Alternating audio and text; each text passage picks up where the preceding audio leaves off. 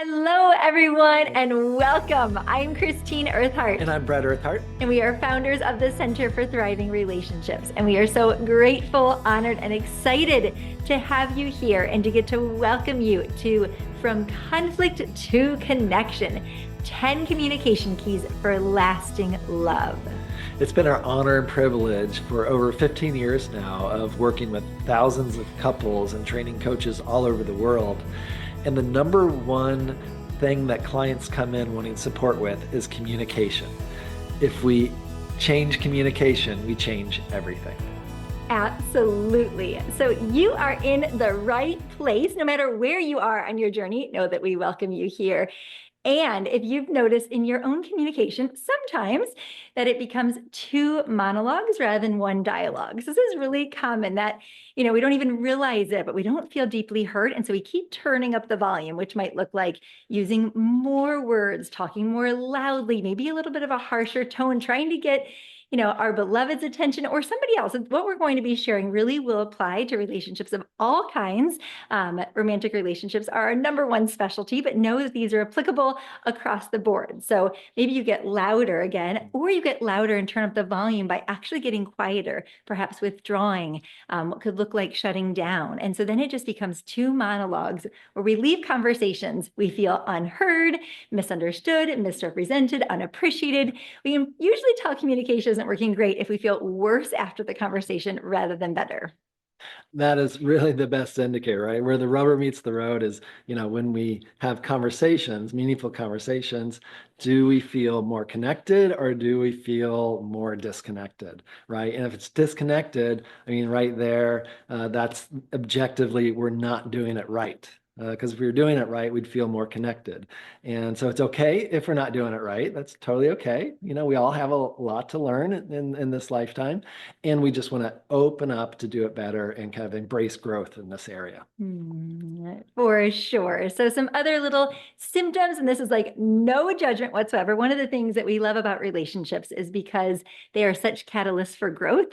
And in that, it's because it brings all the unconscious parts of us to the surface. And so we might think that, we've worked with people who are like the kindest, most intelligent, successful people, but in our relationships, they're just so uniquely humbling because they really shine a light on parts of us that need healing, love, attention, more consciousness. And so some of the things we might look at with great compassion for ourselves and others would be defensiveness, which is so common, blame, criticism, lots of different kind of withdrawal strategies we use. Maybe we make demands that feel like nagging, and it leaves us with this deep longing for more emotional connection.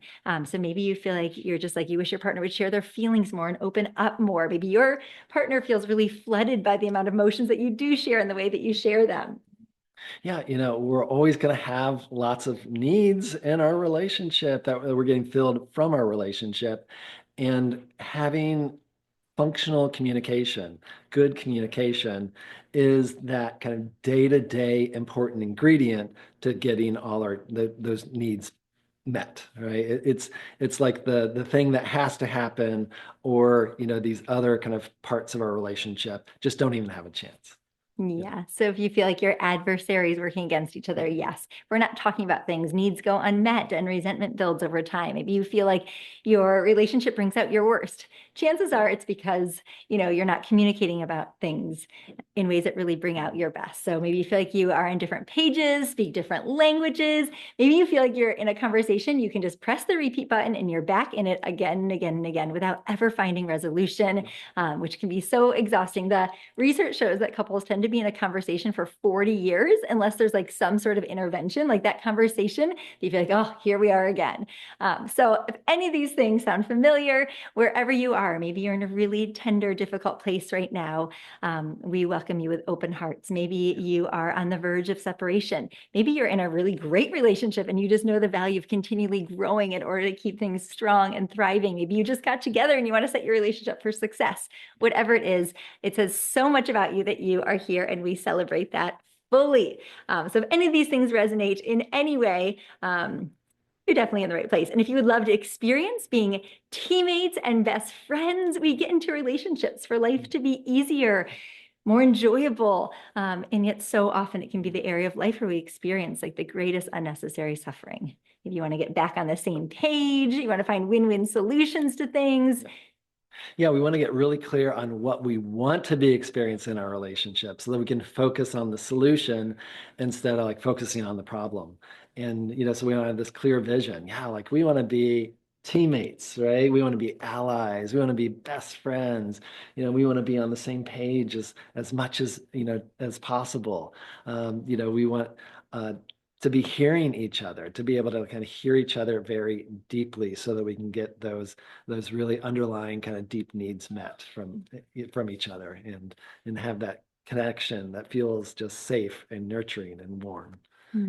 Absolutely. And communication is so connected to being able to experience healing and repair from the inevitable challenges that are going to come up. Anytime you bring two humans together that have different needs, feelings, fears, wounds, preferences, desires, all the things, it's inevitable that challenges are going to arise. And there are going to be moments when we're not our best selves, when we're tired, when we're hungry. And so we need to know how to repair. And communication is just paramount when it comes to being able to have those conversations that reconnect us. Yeah, because again, it's communication is going to happen every day, right? It's just that day-to-day thing.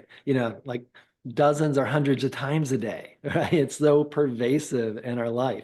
It's such like that base of the pyramid of a relationship. So this is a great area to really, invest heavily in and make sure that we're becoming masterful at it. Indeed. So yeah, more safety and trust, more ease, flow, joy, and to feel more fulfilled. So communication is tied to all these things. So if those sound good, let us know in the chat. Give us some of your favorite celebratory emojis. If you want to like sprinkle in more of those ingredients as we wrap up this year, as we head into a new year, we'd love to hear and celebrate those things with you. So relationship skills. When we oftentimes ask people, like, what are some examples you have of thriving relationships? So often people pause and they like look around the relationships in their lives and like, well, gosh, I don't really have too many models. So it's incredible that you are here to be one of those models in the world. And so we just don't learn these things anywhere. But the great thing is that it truly can be learned. We tend to, invest a lot of time and energy in learning what we need to for our job or for other areas of life or hobbies that we have. But not many people are reading books about relationships, taking courses on relationships, devoting the time and energy to them that they really require. And yet so many people would say when asked, like, what's the most important part of your life? It's usually relationships for most people. And so we can all learn this. Doesn't matter our background, our age, anything. These truly are skills that change everything and are totally teachable. We can be such a brilliant person, but then when it comes to our romantic relationship, we can do like just the most like ignorant things that don't make sense at all in this context. Like maybe it made sense in some way, like 30 years ago or 50 years ago, in a completely different environment, but it's like wreaking havoc in our current relationship. But it's just a habitual behavior. And then when it doesn't work, we don't get the results that we want with it, then it's like our tendency is then to double down and like do it more intensely, the bad behavior, the bad habit. And what we really need to do, right, is just kind of like obliterate those old, adaptive patterns that don't no longer serve us, and to really, step into these more optimal behaviors, these more optimal ways of doing it. Yeah. And it really is like having such compassion, as I mentioned, for ourselves and others, because we develop these different, communication styles really to get our needs met. And we just don't know another way.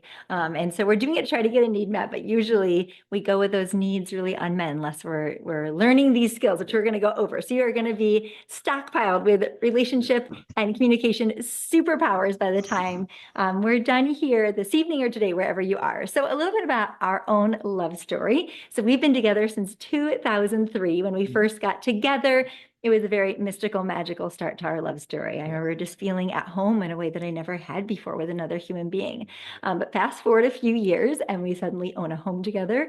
We are parenting our young son and we are discovering that we have differences in how we parent, in how we manage finances, in how clean we like the house, all sorts of things. And our relationship, while it was good in a lot of ways, it was no longer bringing out our best. And I know growing up, my nickname was Toodaloo because I just like went with the flow with all things. And then I realized in relationship with Brett, like, oh my gosh, well, I have all these opinions about things he says and does. And because they were impacting me so much, as things do when we're in a relationship. If your friend said, I'm just gonna sell all my stuff and travel the world for a year. We might like cheer them on and say, that is amazing. Do it. Go for your dreams. But if our partner says that, all of a sudden we're like, well, what about all these other things? Because they have such impact on us. And so we got to a really difficult place. And there was a night on our couch that we'll never forget where we turned and faced each other. We're like, this really isn't bringing out our best anymore. And we realized that we had three options. We could either bless each other on our separate paths and just trust that we'd gotten what we needed to from the relationship, but it really wasn't going to be going anywhere. Or we could just keep doing things how we'd been doing them. And we assumed we probably would be right back in the same place again. Fast forward a few years and we'd be right back having the same conversation. Or we could really dive in and learn everything we could about relationships. We were passionate about personal growth, but relationships are a unique skill set. So that night we ordered this tall stack of books, of CDs and DVD courses at the time. And we devoted every Friday night to conscious date night. So we would just be committed to learn some new tool and apply it in our relationship. And things utterly transformed. And we now have been together 22 years. We're in the marriage of our dreams. And it's not because we're just lucky. Now people look at us, oftentimes they're like, oh my gosh, you two are like so harmonious together. And it just seems like you were made for each other. And it really is that compatibility is something that we create so much more than it just being a given. We have worked, really with thousands of couples now over the years and are very optimistic people. And yet when somebody newly together comes to us and they're so hopeful about their love and they're like, communication is just easy. We get along. We like all the same things. We're thinking like fast forward a little while and they're probably going to get to a tough spot because we've never met a couple that doesn't. And this is beautiful because conflict truly is growth wanting to happen. And there is no greater mirror than the relationship that we're in. If we open to the opportunity is to like really become better humans and to awaken and heal and grow through them. Yeah. Our expectations of relationships is just higher than ever. And that is really mostly a good thing because, what's possible today, I think because of those high expectations, probably, it makes things possible that, people didn't experience very often at all, probably, 50 years ago or 100 years ago, surely 1,000 years ago. Like people were just together for different reasons now. We're a pair bonding species, and in the past, there was probably a very important aspect of we're in relationships because of our survival, right? The very, very base of Maslow's hierarchy of needs. And in today, right, we're in relationships because we want to hit the peak of Maslow's hierarchy of needs, right? Kind of self-actualization with another person, like within our relationship. And and that's a wonderful thing, but it takes a much more developed skill set than ever to be successful at that.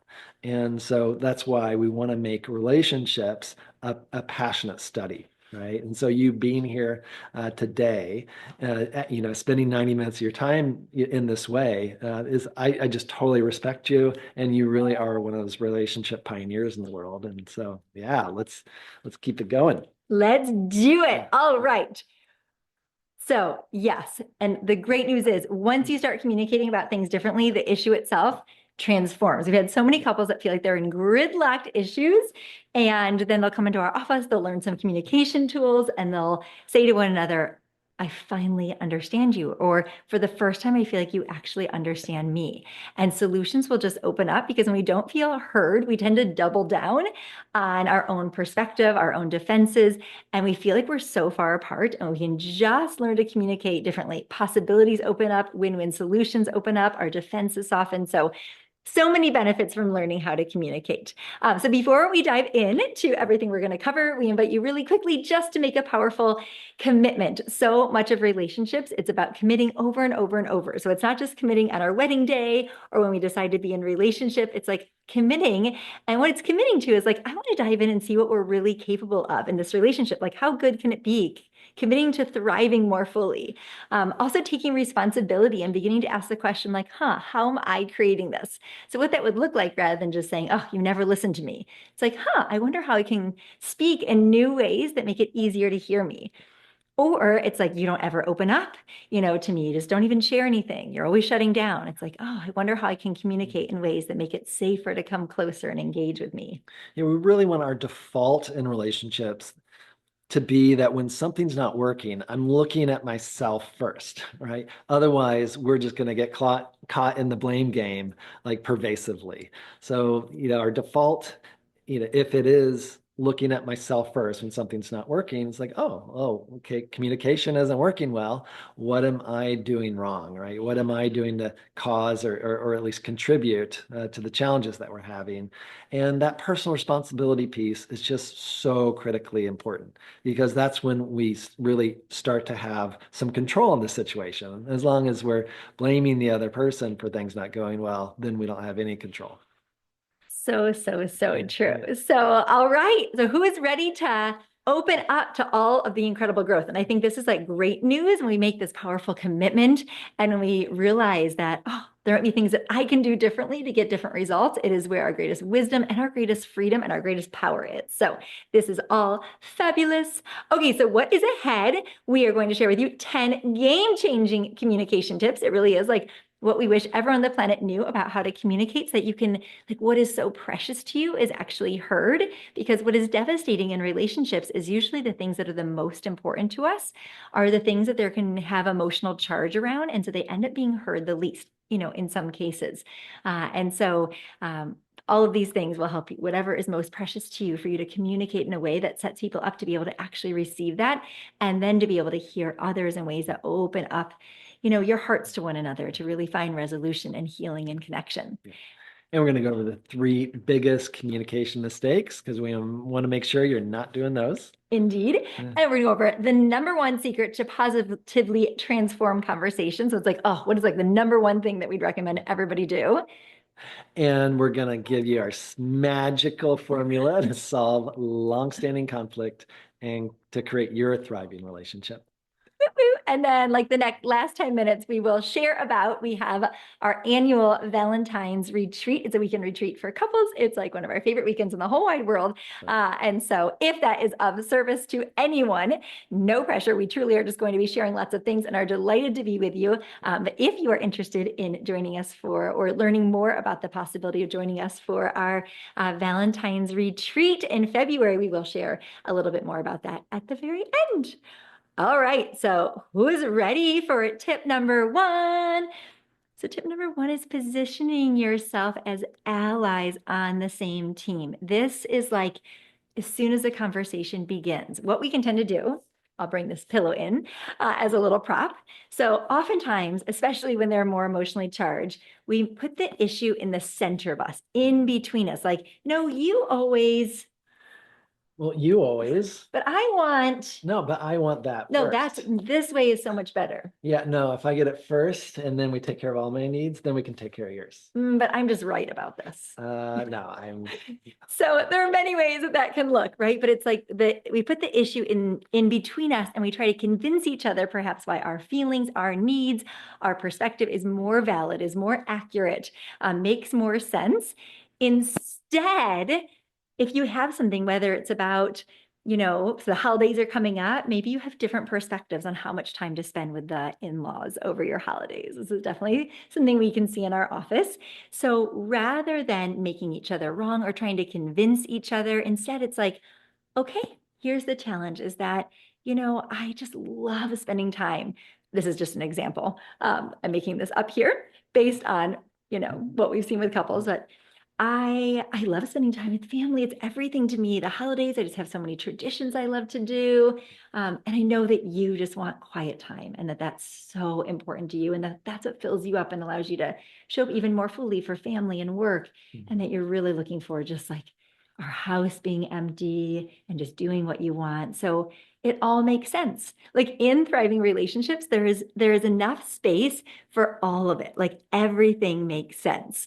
So nobody has to be wrong here. And that is like one of the mistakes we do is like we think in order for my feelings to be valid, yours have to be wrong. And said like, okay, that makes so much sense. You just want quiet time and I want to go all in. So it's like here, and let's just open up to the possibility that we are allies and teammates and that there's some creative solution that we can really support each other in and for ways for both of our needs to creatively get met. So it's just positioning ourselves and it's like changes the conversation. We're like, everybody's valid. All needs can get met here. I love you. I know you just have the best of intentions, but how can we really be teammates and come up with a solution that works together? So it's like getting curious, getting collaborative together. And Christine and I have used this mantra of we're allies and teammates for, gosh, a long time. Yeah, maybe 20 years or something. And we find it to be really powerful. You know, it's like when I say it or I hear Christine say it, I feel, you know, this visceral response in my body, like, oh, of course, that's what we want to be, right? It's like let's kind of reorient and make sure that we're approaching this challenge, you know, as allies and teammates.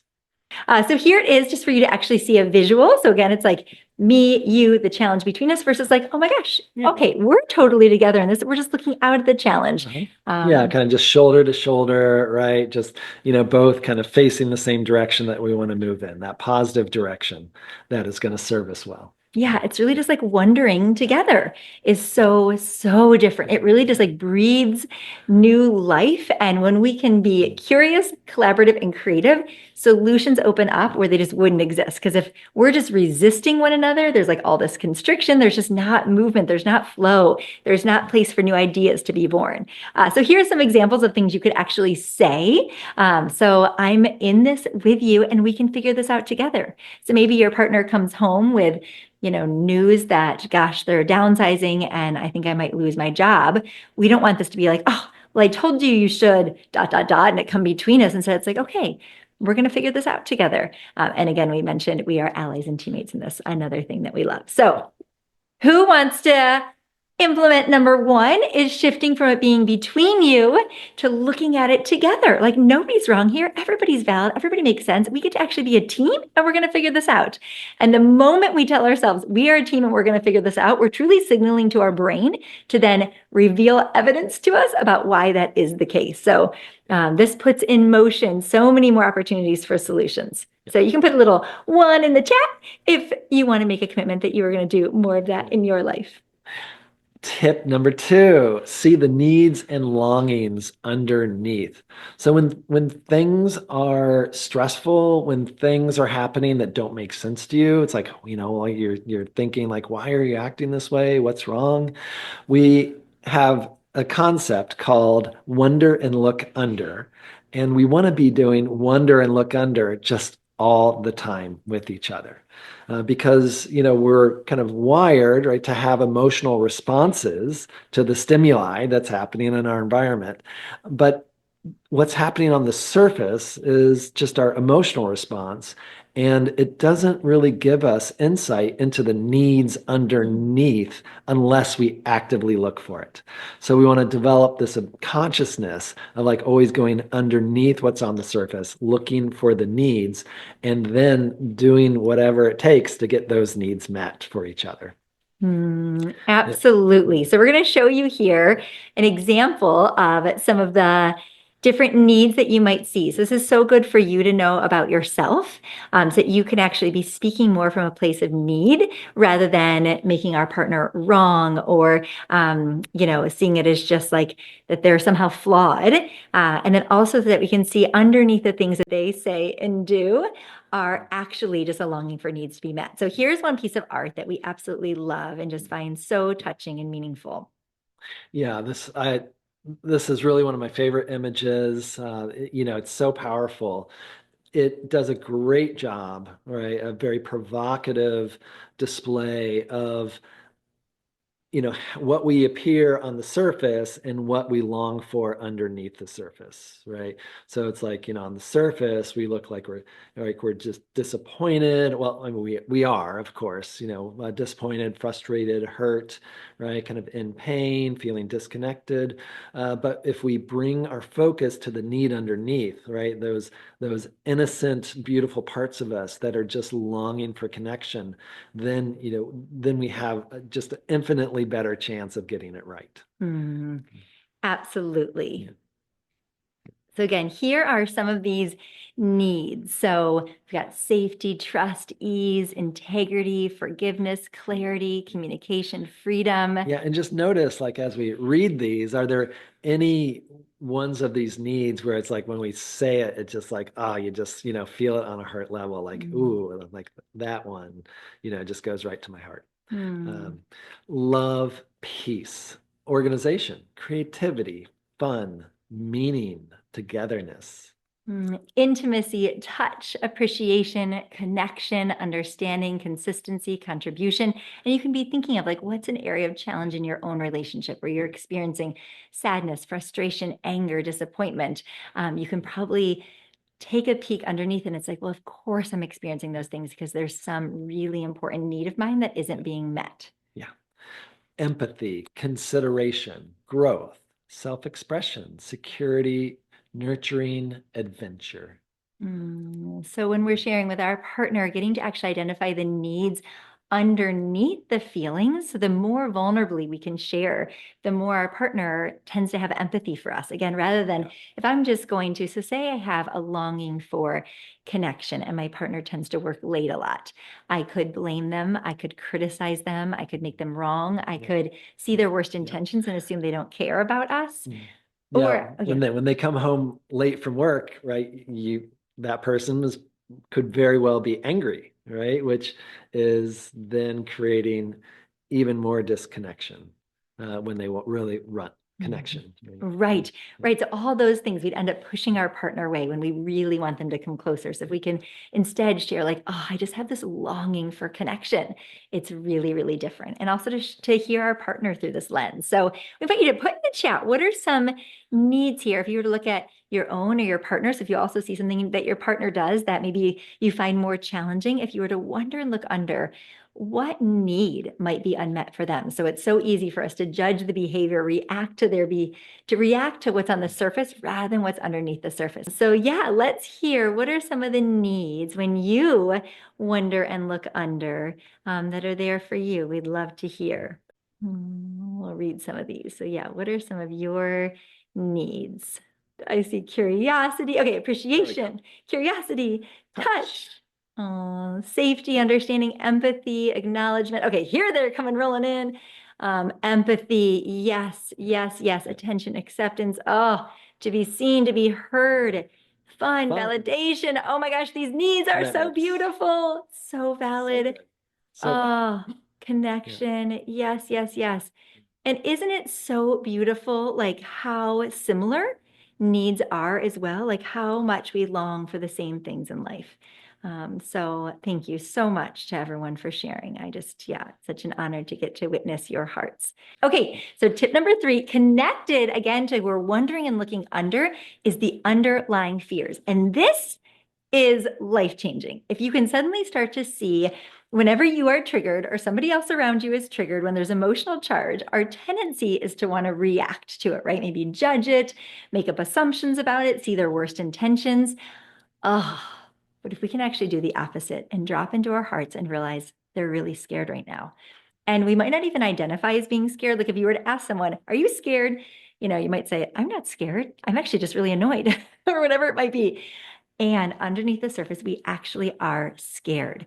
And so what we want to do is to actually comfort what feels threatened. So the first thing we want to do is identify like, what is your go-to response when you're actually feeling triggered? So perhaps you go more into being activated. So if you go more into being activated, you're scared because a need feels threatened. So we've gone over, these precious needs. So your need for appreciation, for contribution feels threatened. And so then perhaps do you go into more activation, which is like more fight mode, like blame, criticism, nagging, maybe making requests that sound like demands, or do you tend to withdraw in those moments? That would be more of kind of a freeze or flee response. So this is connected to our nervous system. It really is physiological because our brain's like threat, threat, threat, threat, threat. And we can see our partner as a threat more than anybody else on the planet. Again, because they impact whether or not our own needs get met more than anybody else. And so no, kind of what is your go-to response? Do you go more into fight, which there's nothing wrong with any of these. They all come in handy in certain areas of life. Someone who goes into fight might be someone who like really gets things done in life because you take action. You want to take action and you want to reach resolution as quickly as possible. Or if you go more into flee or freeze or faint mode, that also can be someone that loves to like keep the peace. So you want to know what your response is and what your partner's response is, and then do the opposite. Because, when someone is experiencing activation, maybe they go into blame or criticism, their partner then feels even less safe to engage and is more likely to withdraw even more. Yeah, and this is very connected to our attachment styles. We don't have time to go into that tonight, but I think that is just a fascinating world to go into. Check out Sue Johnson's work if possible. You'll get a lot out of it. Yeah. Yeah. Yeah. So when we're having an experience, just to begin to share, I'm scared. So this can feel like a radical shift and it totally changes the conversation. That is a concrete skill. You're feeling emotionally charged rather than your typical strategy for communicating, like, oh my gosh, I'm just really scared. I'm scared maybe that I don't matter. I'm scared that we're drifting apart. Like, see if you can drop underneath the more obvious, the louder emotion, like, oh my gosh, I'm actually just really scared, and share from that place. And to really see that the person that you're in relationship with in that moment, they're really scared. So if you can think of somebody in your life right now that maybe there's some emotional charge around your relationship, or something feels more painful or has recently, like, huh, I wonder what they're scared of.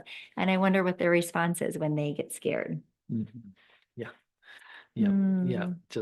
And when we voice an emotion that we're feeling, then that begins to discharge that emotion. In fear is like that's one of our very, very base emotions. But really, with any emotion, there's kind of research that definitely strongly indicates that when we are able to voice that I'm feeling the emotion, then there's a cathartic process there, and we just start to move through it. Yeah, Hmm. so we want to kind of voice that the fear, like I'm scared that dot dot dot. That is a wonderful, you know, habit to get into because these it doesn't mean that I'm a scaredy cat. If I'm recognizing that I'm scared on a daily basis, like our nervous system is very like created to be on the lookout for threats, right? So we're basically wired to identify fears on a regular basis, and we just want to get good at managing those, and then they're not a problem. Yes. And to know that to begin to identify our partner, so when we're communicating with them, is to realize that, if I'm going to fight response rather than going into fight, what we really need to stay connected in our communication is for me to soften and appreciate. Because if I'm in fight mode, my partner's probably going to withdraw even more. And it's going to really impair our communication because their nervous system is signaling me as a threat. Whereas if your tendency is to go into, flight, freeze, faint mode, then you'll see here on this slide, it's to then lean into engagement, communication, assurance, because that's what your partner, it's what their nervous system needs to actually feel assured and to feel safe. It's all about this kind of fear. So when we again are experiencing emotional charge, it's because some part of us is scared. Sometimes a younger part of us or just a part of us that feels like, oh my gosh, my needs are threatened. And so we want to do the opposite of what we typically would do. And that's what's going to allow us to maintain connection in that moment. So this cannot highlight enough how much this completely changes conversations. And if you can just reflect on your own life, gosh, when things get challenging in a conversation, do I tend to go into fight or into flight freeze? And then when that doesn't work, do I tend to like turn up the volume, do even more of that when what I need is to do the opposite of it? And maybe have a conversation with your partner. Like if you tend to go into fight, ask them, how would it feel in those moments if you softened and just took some moments to appreciate them? Or if you're someone withdraws, ask your partner, how would it feel in those moments if I just really stayed engaged and leaned in and communicated and assured you? Ask your partner. And we imagine you'll see some evidence that that might help things out. Yeah. All right. Tip number 4, offer validation and empathy before feedback. So we have challenges every day, right? Like all of us, uh, when's the last time you had a day where that went perfect, where like literally nothing bothered you? Um, my guess is it's either never or a long time ago. And and so we, right, having challenges is actually a healthy part of life. If we didn't have challenges, then we would actually not grow. We would be stunted. So challenges are good. That's a positive thing. And we don't want to be alone in our challenges. When we're alone in the world, then that is a existentially like terrifying place to be. We're social animals and we're built to go through challenges with other people. So when, we experience those kind of daily challenges, we often want to share it with our spouse, our partner, because they're our person, right? They're kind of our best friend. They're the person that we share everything with, and they're probably one of or our greatest supports in the world. And just the fact that they know what I'm going through helps me to feel like I'm not going through it alone, right? I'm going through this challenge with somebody, and then and we're co-regulating when we're doing that. And it's just, I just see it totally different. It's so much easier when we're going through a challenge with somebody else. Yeah, this is definitely one of the things that we do so innocently in relationships that just really miss the mark despite people's best intentions. And so, if your beloved is sharing about a challenge in their life, so maybe they're sharing that they just like haven't been feeling so great in life. They've just been feeling really down, they're struggling in some way, whether it's with their health, physical health, mental health. So you could just jump in. Well, yeah, if you just woke up at 6 in the morning and went for a run, you would just feel so much better. I don't know why you don't just like make a kale smoothie when you wake up in the morning. So those can be such wonderful suggestions.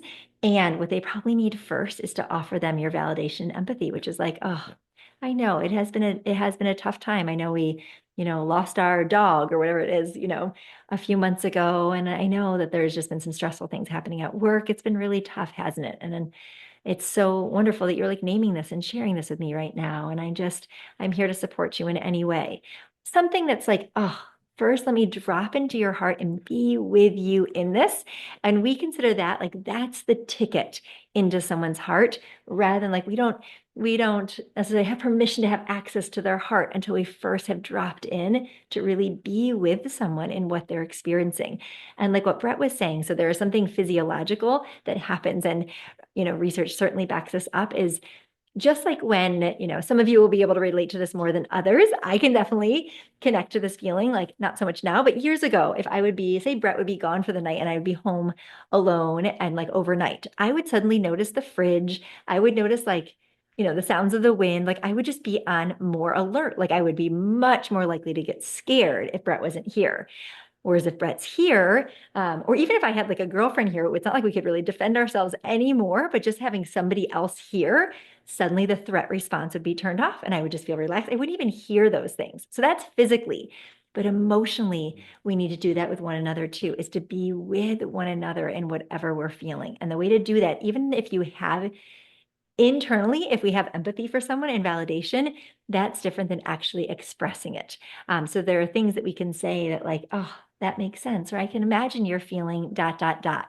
So we want to use feeling words and just be with them in it before offering any sort of advice, any sort of feedback, whether they're sharing about something that, relates to our relationship or just about any area of life. Like that's the first stop is let me make sure I fully heard you and I'm acknowledging your feelings. Yeah, yeah. Make sure you're not always giving feedback. Make sure that when your partner is just telling you about the challenging things in their life, that there are plenty of times where you offer zero feedback, where you're just totally hearing them on a deep level, letting them speak, giving them your time, your attention, and giving them your empathy. And there are times where it is appropriate to give feedback, in but just make sure it's not all the time. And probably if you're getting this right, it's going to be a minority of the time. And Yeah. not what we're leading with. And same as kids, if your child is having a big emotion, maybe they're so disappointed because their toy broke. And if you're just like, you have so many other toys, just go play with another toy. You're probably wanting them to feel better saying that, but oh, then they're going to feel alone, like you don't get it. There will be disconnection. What's going to create connection and actually allow people to feel their feelings to completion, move through something so much more quickly would be turning towards this child like, oh, I know you loved that toy. Oh, it was so fun. What a bummer. I'm so sorry that happened. I know the things like that are so disappointing. Like meet them in it. And then what is magic is that people are so much more likely like, oh, I guess I can let that go and move on to my next toy. But if people don't feel heard, again, they tend to hold on even more tightly because they're like, no, you don't get it. This is so hard. So offer validation and empathy. And I love that people are sharing in the chat some things about your different fear responses. So here's the key. When we sense someone gets us, we feel less alone. Our nervous system relaxes, our hearts open. We don't need to get so loud to be heard, and we become more receptive to feedback. So let's hear from you in the chat. Let's collect some evidence. Who here finds that so often what you really want is not like advice or feedback, although that too absolutely can be invaluable. But who here feels like, oh, first though, if someone can just validate my feelings, empathize with me, and be with me in it, we'd love to hear. Let's see if that's the case. So here are some prompts for you, so that makes sense. I imagine it feels blank given how much you love, need, value, long for, whatever it might be. So we can instantly tie this to the needs. So we again had a short list of some needs on the other slide. And so that's it. It's like, oh, I bet you feel sad, scared because you really, really value contribution and you didn't get to do that. So hopefully those little prompts help. Okay, let's take a peek in the checks. I know some people put some things in there. So thank you all for playing along. So yeah, I always feel like that, Jamie says. I do feel that way. Validation is relationship participation. Emily and Trevor and your quotables. I love it. Very true for me. It feels downright lonely to get advice right away. Thank you, Dave, for sharing that. It's that strong. It's like it is such a contrast. I get defensive almost immediately. Right. People's defenses go because we don't feel safe. If we don't feel like somebody gets us, it's like, I don't want to let you in. I'm putting my defenses up. And so people also won't be receptive to our feedback. So it's like very ineffective as well. Always feel that way, Karen. Yeah, thank you for sharing your tender heart. Okay, I agree. It pushes me away. Okay, Lauren, Derek. Hi, Lauren, Derek. Yes, so true. Genuine validations, understanding means so much. Okay, awesome. Thank you so much for chiming in. So let's go to tip number 5. Get curious. So rather than getting defensive, making assumptions, or always talking, get curious. So we find that curiosity is like really kind of one of those communication like super skills that we can have that diffuses disconnection, conflict, misunderstandings. Yeah, especially misunderstandings. If we can redirect our, you know, when communication isn't going well and we start to respond, to feel some like negative emotion in our body, like frustration or disappointment or, pain or something, we want to redirect that into curiosity. And what we find is that when people successfully do that, the conversation will go in a very different direction that serves people very well. Yeah, so let's give you a couple of examples. So one could be when your partner just suggests an idea and you're thinking like, that is the weirdest idea. Like you just have a judgment, maybe that's not a good idea. So for example, if your partner's like, I just think we should paint chalkboard, paint all of our house. Then we could just have all this chalk and we could just like decorate all the time and we could change it up all the time. So again, you might be like, that's the weirdest idea, or that is, might have like some thought or like why you can't do that or shouldn't do that. If we jump in with that, it's like, oh, that can be so deflating. Like we don't play together then. Our partner feels unheard, unappreciated. They feel alone, right, in it versus getting curious. And we're not suggesting that, yes, put chalkboard paint or whatever the thing is all over your house. But just getting curious is like, we get an opportunity to understand one another more. Yeah, tell me more. What is it about chalkboard paint that you love to have all over? And yeah, what kinds could we put up? Like, what would you draw on the chalkboard paint? And so that is like, oh, well, actually, and there's a good chance that your partner might not necessarily even want to do that, that it will allow them to feel like you're with them in it, and it will keep you in this flow of connection with one another. It is so, so deeply meaningful because it's an incredible honor that someone's inviting us into their world. So choosing curiosity, because what might happen is if I were to say something like that, we don't have chalkboard paint in our house, but it's so spontaneous. But it is a kind of a cool thing. I've seen people with chalkboard paint. So if I were to suggest I wanted chalkboard paint, Brett just immediately shoots it down. I might actually think that I want it. I might think that I want it even more than I do. One. Two, I might just identify like, oh, well, this is a relationship in which I'm not free to be myself.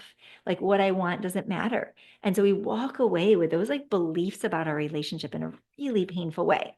The other example would be if your partner gives you feedback about something like, oh, I just feel like you've been on your phone a lot lately, and I really miss you. So what not to do would be like, well, you're on your phone all the time too.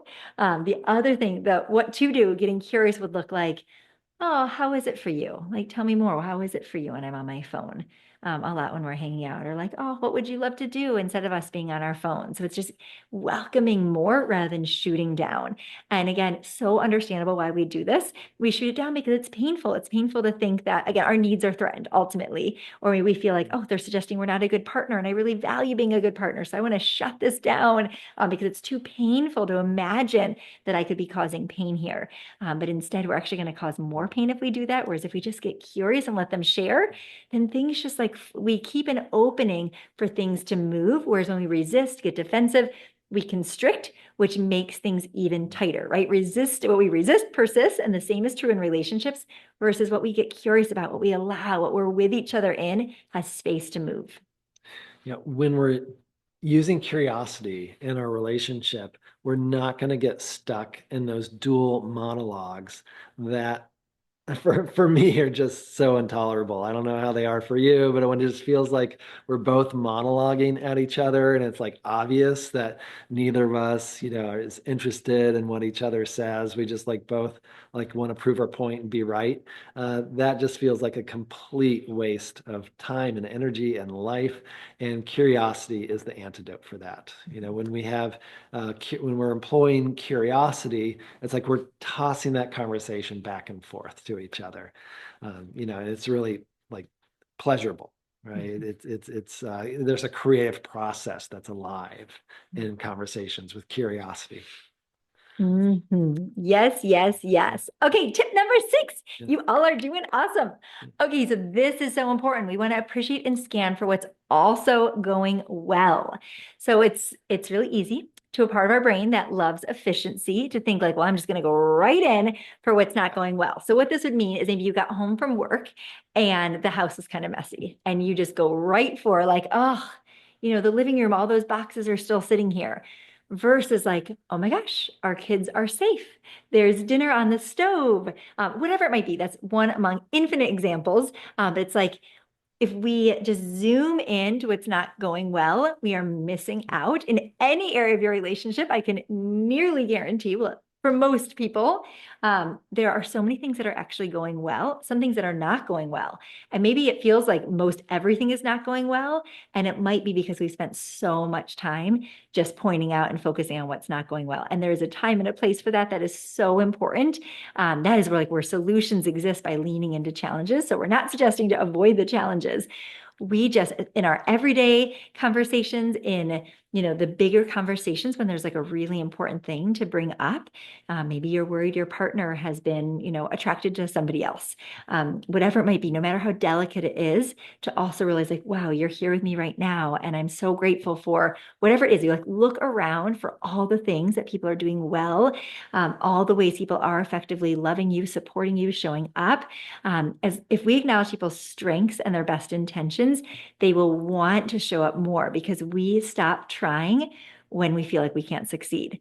And this is like appreciation is the way that we truly reinforce. So if there's anything your partner's doing well that you want to continue, appreciation is the way that it like solidifies it and keeps it strong. Yeah.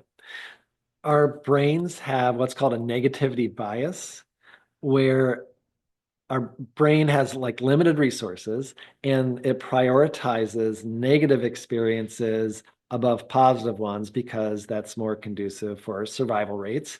So it's served us well over time, over the millennia, but it wreaks havoc in our lives and in setting us up for like joy and happiness in our life, right? It kind of works against that actively. So this negativity bias is something that we all have. It's a, again, it's a normal, natural thing, but we have to actively train our brain to have a positivity bias if we don't want that negativity bias to really do a lot of damage over our lifetime. And we can absolutely do that, right? These are again just habituated things, and appreciating and scanning for what's going well is part of that. Is recognizing, okay, I have a negativity bias. I have to actively create a positivity bias for my life, to maximize my joy potential, to use one of my wife's terms. It's so Yeah, good. yeah. Uh, and to see people's best intentions is a way that we do this. So we all have like multiple intentions, right, behind things.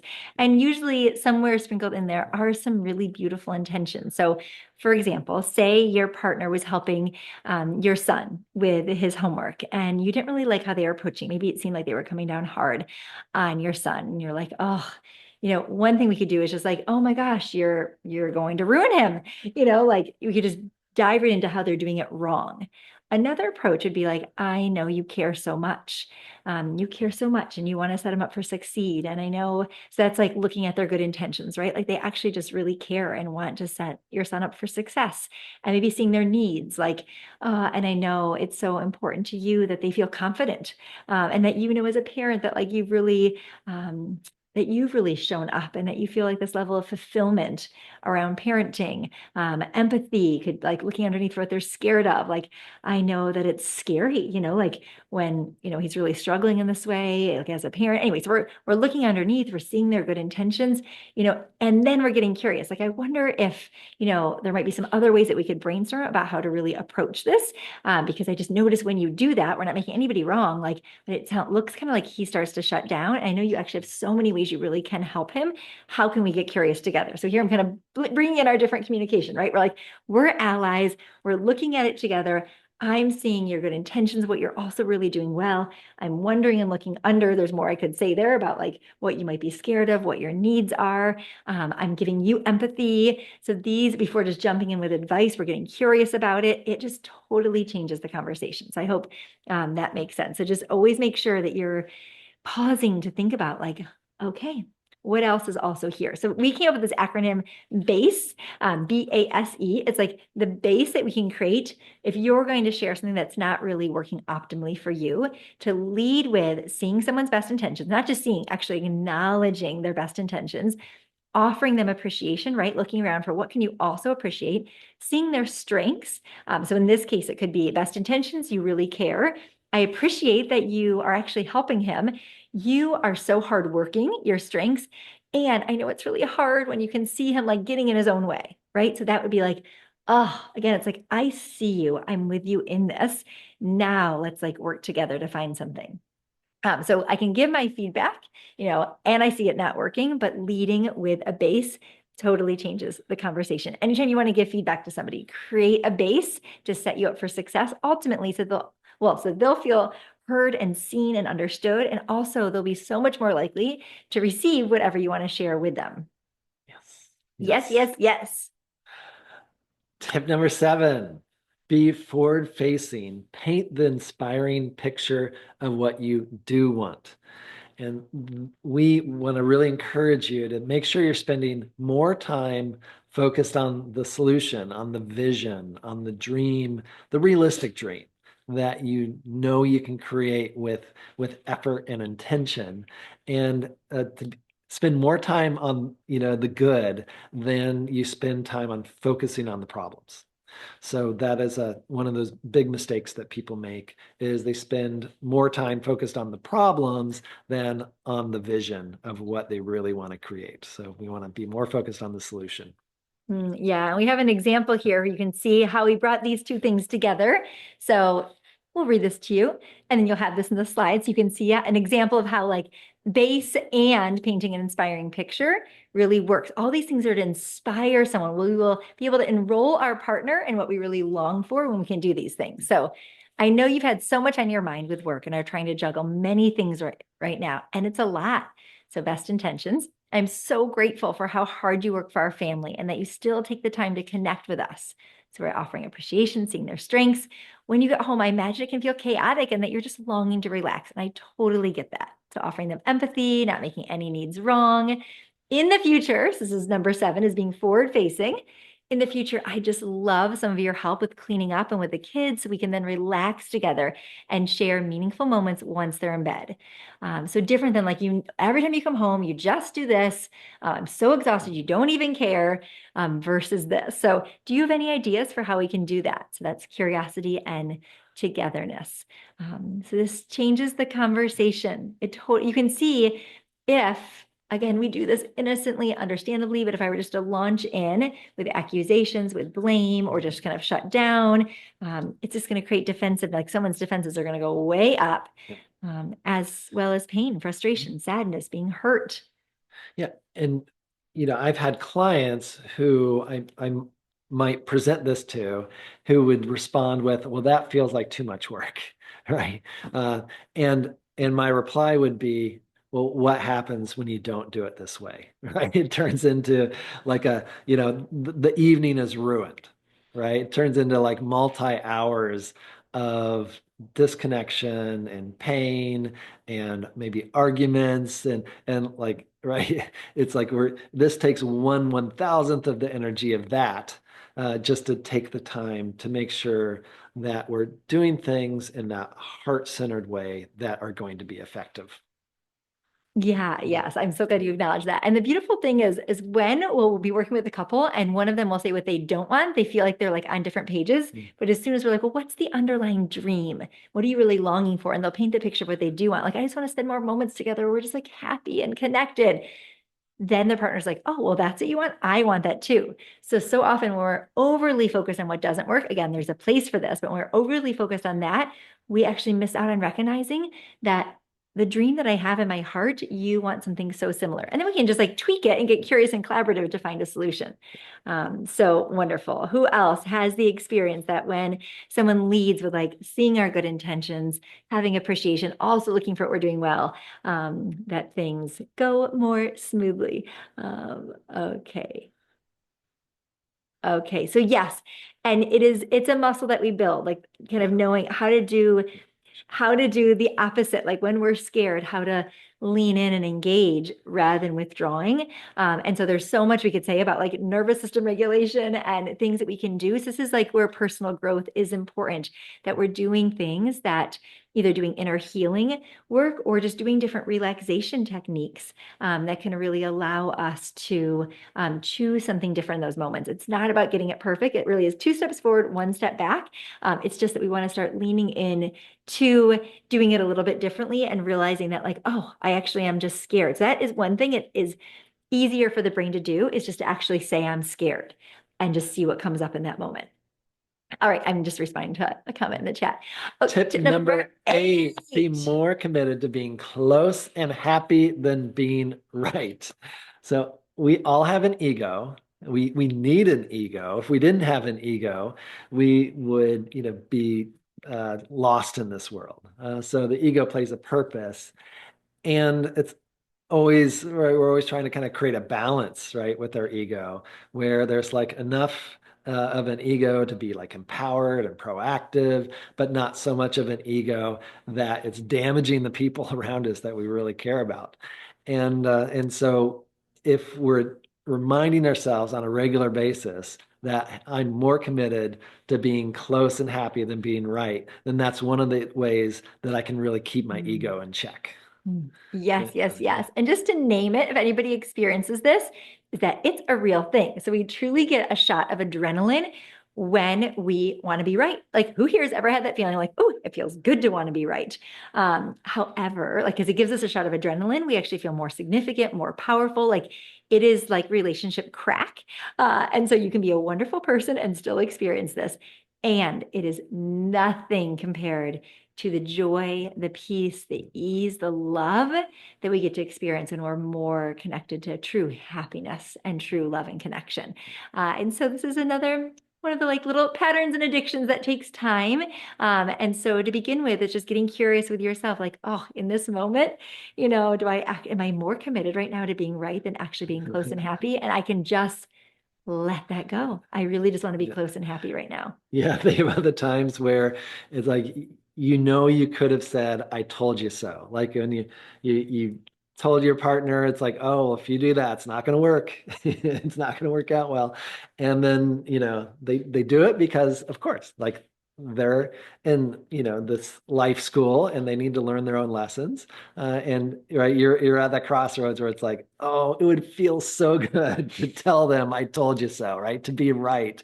But the right thing is just to be nurturing in those moments. Like, yeah, you know, put your ego aside and Mm. just have a nurturing response. Yeah, so much more meaningful for one another just to be in it together. And with other things, it just relationships really are beyond right and wrong. So often it's just like we all make sense. We truly, truly all make sense. It's been one of the greatest privileges of getting to sit in such intimate spaces with couples, with individuals for so many years in our coaching and counseling practice. Is realizing like underneath the behaviors, the patterns, the different personality traits that maybe we might find the most disturbing, the most challenging is like the most beautiful human and needs and tenderness and fears and so many things underneath it. And if we're just focused on like making each other right or wrong, we miss out on actually understanding one another. So there's space for all of it. And we can just completely resign from anybody needing to be right or wrong because we really all make sense. Like your perspective, given your history, all of it makes sense. And yeah, accuracy about other things is just oftentimes not nearly as important as being close and happy. So, all right, number 9. Be aware of your listening filters and choose yours wisely. Yeah, our listening filters are based on our core beliefs, and our core beliefs show up by making assumptions about what the other person is saying.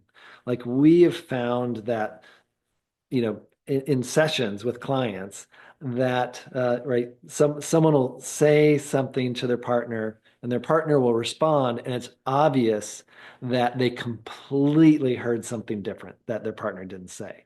And so that, yeah, there's been like, I mean, thousands of examples of being in sessions with clients where, I'll have to kind of stop the conversation and be like, hey, I did not hear, your partner say anything like that. What I heard them say was something completely different. And that's, kind of one of those flags for it's like, oh, there's a listening filter happening here. And let's explore that. Absolutely, because we really, really we will hear whatever we're listening for. So here are some examples just to do a little self-check. When someone else is talking, are you scanning? Are you listening for ways to defend yourself? Because all of these things stand in the way of us actually getting to hear what they're truly saying. Are you listening for what to analyze? Maybe you are really strong in your analytical skills, and comes in handy in some life areas, not when it comes to deeply hearing what someone's truly saying, what you or they did wrong. So sometimes you're scanning for like, oh my gosh, what did I do wrong? Or like, oh, they did that wrong. Are you scanning for accuracy? Are you listening for how you can fix or control the other person, how you are better than them or how you're worse than them, what you're going to say next, really common, or taking it personally?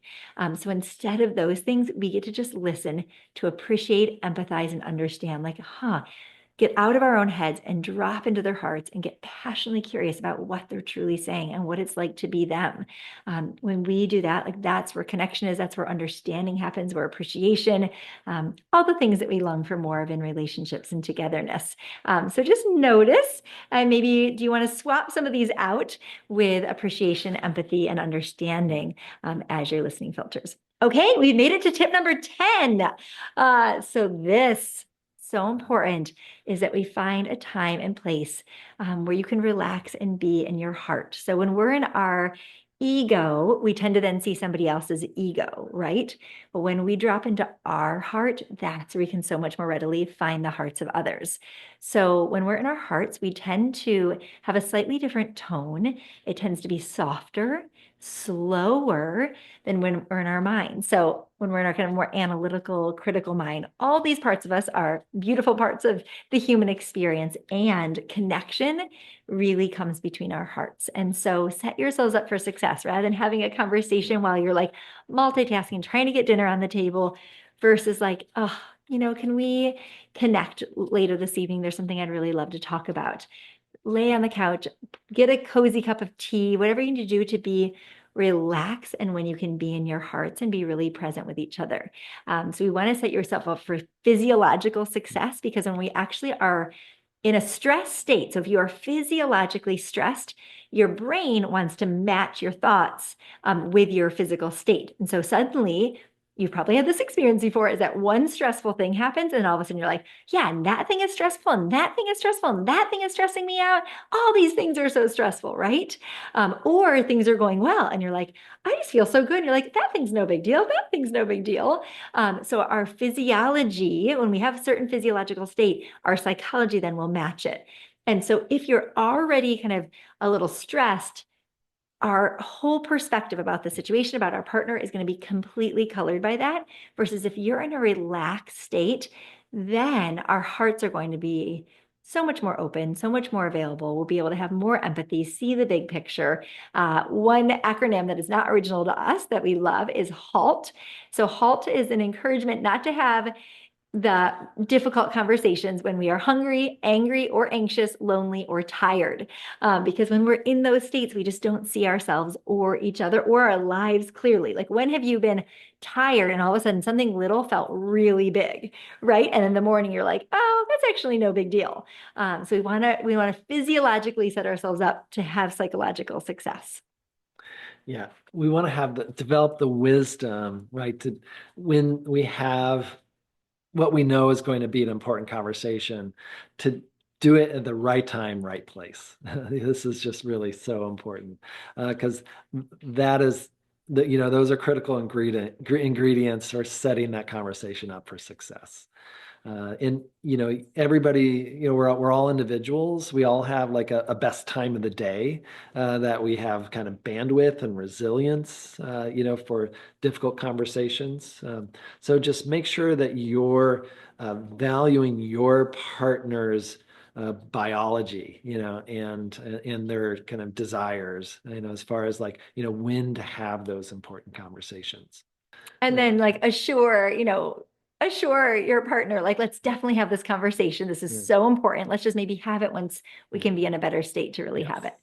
it. Okay, so the three biggest communication mistakes, if we were to pick the three mistakes that people make, one would be avoiding difficult conversations. So the research by Dr. John Gottman, he finds it one of the most dangerous ratios. So he says to aim for a ratio of 20 positive to 1 negative interactions, because we have this negativity bias. We want to continually pour in appreciation, acknowledging good intentions, spending quality time, having dates, physical affection, those kinds of things to every one kind of criticism, complaint, request. So we want to have that 20 to 1 ratio. What we don't want is a 20 to 0 ratio. That is actually really dangerous in a relationship, because no relationship is void of challenges. Every relationship has challenges and just needs that need to be expressed. And so if we avoid difficult conversations, it doesn't mean the challenges go away. They can truly just get bigger and bigger, and then they come out sideways.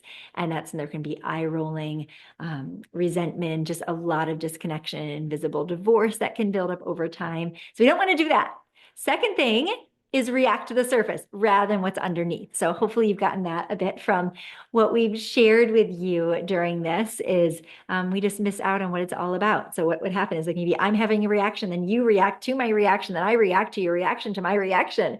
And instead, if we can soften, drop into our hearts, wonder and look under and realize, like, oh, it's about so much more than that. You have needs, deeper feelings, you have fears that are going on there, you have dreams that you aren't experiencing, you have good intentions, you have strengths, so much more than what's just on the surface. It's never just about the dishes. It's never about parenting or the finances. It's always about so much more.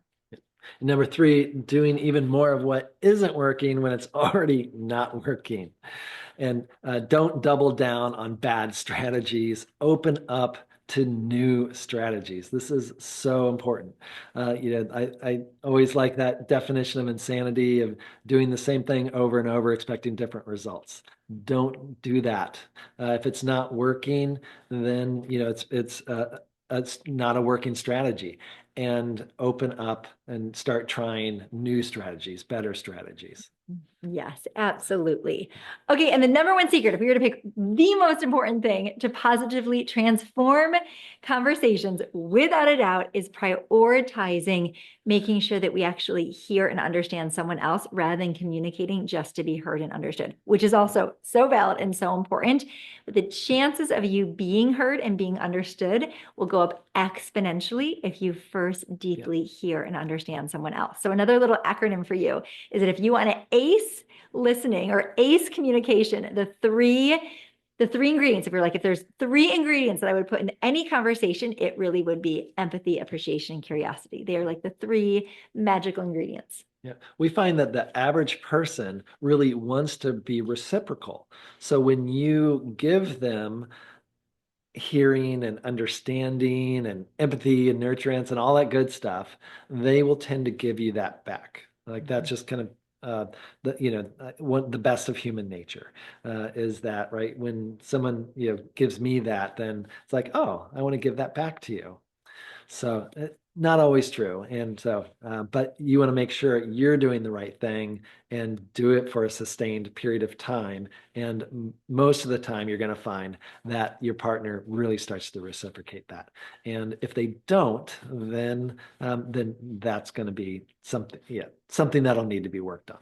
That'll be one of those difficult conversations that you want to use good strategies on. Absolutely. So you'll know you've succeeded with this when someone tends to relax. They share even more. Their defenses kind of soften. Their heart opens. They come closer to you. They start to like lose the grip eventually. Maybe someone wants you, offer them validation. Like, yeah, it really was hard. So like, yeah, meet them in that, and then eventually, it'll start to loosen and release. So those are the three ingredients that we would put in anything. And then the magical formula to solve long-standing conflict and create a thriving relationship are these 6 pillars. So again, we've had the honor of supporting couples for 15 years now, longer even in each of our kind of private practices. And communication is so important, is the number one thing people reach out for support on. And there are really these 6 pillars, and they're all so important. So we've got communication, we've got personal growth to make sure we're always using our relationship for our own awakening, our own healing, to see we can't see ourselves. We have so many blind spots. And so we project ththose things onto our partner. So we want to be doing that inner work. Secure attachment. Yeah. And yes, the secure attachment, again, I love that concept of attachment. It's finally kind of getting its day in the sun, and study some of Sue Johnson's work if you get the chance, because having secure attachment is as important of a base of your relationship as communication. So the positive love account, we want to make sure that we're kind of sprinkling positives kind of throughout our relationship. Yes, yes, yes. It's so important that we do things on a regular basis, that we take time away. Like you being here right now is a way to renew your love. Like we want to always be filling it up. It really is a living, breathing thing. And it's always either growing or deteriorating. So you want to make sure we're always nurturing it. Repair, knowing how to repair. We're always going to be making the occasional mistake, whether it's kind of small mistake or a big mistake. And that's okay to make mistakes. We're going to hurt each other at times. And we want to make sure that we do the repair work so those mistakes only bring us closer together instead of drive us further apart. Yes. And then physical intimacy. So if this is an area of challenge in your relationship, it can look so many different ways. When couples reach out for support, it oftentimes is a differing desire and how much to be physically close. And this is not just sexuality, this is all physical intimacy. And so this is another area that these are all the areas to be nurturing to really have a thriving relationship, because conflict, if our love account is high and we're feeling securely attached and there's a level of like physical closeness, that we are doing our own inner work, that we're knowing how to communicate, like all of those things, we can move through things so much more readily. So hopefully you have some communication tips that you can begin with. And then all of these areas are also important. And it's certainly, so here we want to share a little bit about our Thrive in Love retreat for those that are interested. So it's coming up February 15th and 16th. And this is when, here we had 90 minutes and we're so grateful to have these moments. And that's 2 full days. We really share the whole roadmap for what it takes to have a thriving relationship. It is just the most extraordinary thing to see couples when they first walk in. Some of them got into a fight on the way there. They're kind of disconnected. And then by the end of Sunday, they are just like so connected. The sparks are flying. And just in awe of watching the transformation and healing that happens. Yeah, we find that, if you give us 2 full days, like we can really deep dive into all 6 of those pillars and make miracles happen. It's just like the most kind of joyful, deep, soulful weekend. And we invite you to come. We'd love to have you there. Yes, yes, yes. So to share, and there's a QR code that will take you to the page.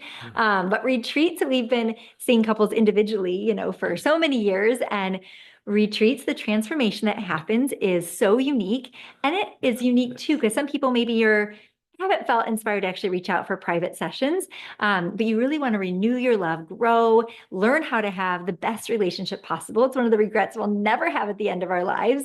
And there's something neat about retreat because you can be anonymous. You never need to share anything with us or anybody else there. The only person you do exercises with is your partner.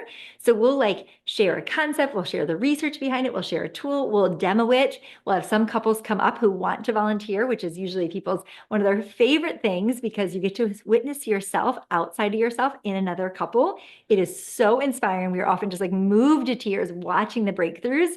And then you'll get to do it, the 2 of you together. And so there's anonymity though. You don't ever have to share anything with anyone. There's a group dynamic. There is something profound that happens being in a room full of other couples who want to take their relationship to the next level and be thriving. Just like we said at the beginning, there aren't many role models out there. When you're suddenly in a room of people that want to heal and grow and thrive, it's like we all get up level. It's really, the weekend is just so powerful. And there are things that can happen on that weekend that would take years or maybe never happen in private sessions. And I mean, there are things that, are better for private sessions, private practice sessions. But there are, just these quantum leaps that can happen during, the Thrive in Love weekend that, it will just blow your mind. It's so much fun. And we have a lot of fun, and it's immersive. So it's we could do sessions, which are also wonderful over the course of time, or read a book, which isn't quite immersive, little change, but taking 2 full days, that immersive nature of it just catapults you. It's like a before the retreat and after the retreat. And it's experiential. So you're not just reading a book or trying to figure it out. We're going through all the things together, asking questions, engaging. And so it's really a combination of breakthroughs, doing healing work, and also massively filling up your love account, and learning how to best love and see and appreciate one another and to be fulfilled in your relationship. So it's for couples of every stage. If you're newly together, you just started dating, someone who's been together 50 years and you want to have a renewal of love, and then couples in really, really delicate, difficult places, everything in between. We teach every part of it together. So a lot of people appreciate having a male and female perspective. It is welcoming to couples. We are, so embracing of whatever your version of your relationship is. And certainly to LGBTQ plus couples, we are having a safe space is of utmost importance to us. So the format really is, we'll share things, we do bonding exercises, but you get an entire toolkit. So you walk away with a workbook that has a whole set of tools. It is like the roadmap to having a thriving relationship that gets stronger and better over time. So you can see on our website, if you go there, all the different topics that we cover, because there's so many about how to give a superpowered apology, our 11-step kind of communication tool, one that you can just follow, how to like navigate finances, household chores, parenting, intimacy, all sorts of things. And then lodging and meals, it's going to be at the Hilton downtown Bloomington. And they're giving us like an amazing discount for people who are staying overnight, even though it's Valentine's night and the night after. So lodging meals are included, but we're right downtown Bloomington. And we just want to share some of the things past participants have so graciously said, which you'll see lots more on the website. Amazing. Possibly the best thing we've ever done for our relationship after 30 years together. And these couples inspire us. So this is best value workshop in this world for couples wanting to save their marriage. You don't need to be coming to save your marriage. But if you are, you are so welcome. Out of this world, amazing and more than what I expected. This one weekend retreat was better than 3+ years of marriage therapy and much more inexpensive and fast acting. Best value workshop in this world for couples. Christine and Brett are a true gift to us all. Such a gift to be on this journey with all of you. Yeah, I'm at a loss for words as to how to describe how totally incredible this experience was. I've been involved in counseling for years now, both as the clinician and the client, and their ability to transform clinical perspectives into practical information in a loving and hilarious manner is nothing short of brilliant. Jim and I were both blown away. We would easily pay 3 to 4 times what they charge to experience this opportunity. We bow to all these couples who are the ones who, of course, are doing the healing work. This one I was not looking forward to coming to this event. We had to miss the first IU. So we live in Bloomington, Indiana University, homecoming in 2 decades. I could not have been more wrong, as this weekend was the most important for our relationship we have spent. Thank you. So we have lots of people that maybe come, maybe their partner kind of encourages them to come and they don't really want to, and then they walk out. Yeah, just realizing that they nurture the most important part of their life. Yeah, Wendy says, the best send-off into the marriage adventure I have ever seen. Christine and Brett offer so much of themselves in the work that they do. If you want your relationship to be all it can be, their Thrive Marriage Retreat is the best send-off into the marriage adventure I've ever seen. And that's true no matter how short or long you've been together, or whether you're in your 20s or your 70s. Thank you so much, Wendy. So we're just sharing this just for you to know that it's a big leap sometimes. Like, what is this going to be like? Just for you to feel safe. So Gabe and Yulia, Brett and Christine taught us the most powerful relationship gems of wisdom that saved our marriage, as well as strengthened our bond tremendously. Thanks to the incredible support, inspiration, role modeling that we received from Christine and Brett, we are proud to say that we shifted from being on the verge of a divorce to the most fun, creative, connected, and empowered relationship of our dreams. So there are many more. Transformed, they get to discover their true potential for a thriving relationship. Yeah, we're so grateful. And here's a couple, in case your partner is like, I don't know, being in a setting, this is so different. Here's one from Nikki. Fantastic couples retreat, safe, eye-opening, and engaging for even my shy, quiet partner. Came dragging and left uplifted, loving, and hopeful. And here's another similar one. My husband, who has been very closed off for 22 years, had many moments of emotions that I've never seen from him before. You were able to reach his heart in a way that our love needed. Thank you. Amazing. Exceeded all expectations. And then Mark actually wrote, very powerful, 6 out of 5 stars, highly recommend. Oh, these beautiful, beautiful couples, such inspiration. So just know that if you are inspired to join us, so it's just limited to 30 couples and it's filling very quickly. So there aren't that many spots. If you are so moved, there's $50 off. So it's already the early bird until the end of December. So right now it's $495 or $497, something like that is the early bird. And then it'll go up to $595 and then eventually goes up to $650 as we get closer. So it's the early bird. And then if you register by Sunday, we're doing a little special with this masterclass for an extra 50 off. You can use that code Thriving50. And if you enroll by Sunday, you also get our Thrive and Love 90-day online program. So you can dive into that right away between now and February, or you'll really have the tools then in that format for long after the retreat. You get lifetime access to that online program. So there is the QR code for that. And if you want to schedule a call, you can go to centerthrive.com consultation. If you want to talk to Kate on our team, and she can answer any sort of questions for you there. So again, there's the code for, and we'll send out a follow-up email with this replay that has the link, but there's the link as well. It would be just so wonderful to get to connect with you in person and share these absolutely magical moments with you. And it's just been so good to be with you here. And thank you for learning about communication. It's like every conversation that we have with more love truly just sends ripples of love into the world. So thanks for being here, for your own heart, for your relationships, and truly for the greater good of all. We're just so touched that you took this time to be with us, and we would love to see you at a retreat. And if not there, then just know that, we are, our hearts are connected in some way that really matters, and we appreciate you. We appreciate everything that you're doing to try to make this world a better place. And doesn't it all kind of starts, with our relationship, like to create love and connection there so that we can do that in the greater world. Yes, yes, yes. So I know we're at time. If anybody wants to share anything that's on your heart, anything that you want to implement, we are here to cheer that on with you from our time together today. Feel free to put it in the chat, or if you have any questions about the retreat. We just want to honor your time. But we're so, so, so happy to, of course, answer any questions whatsoever.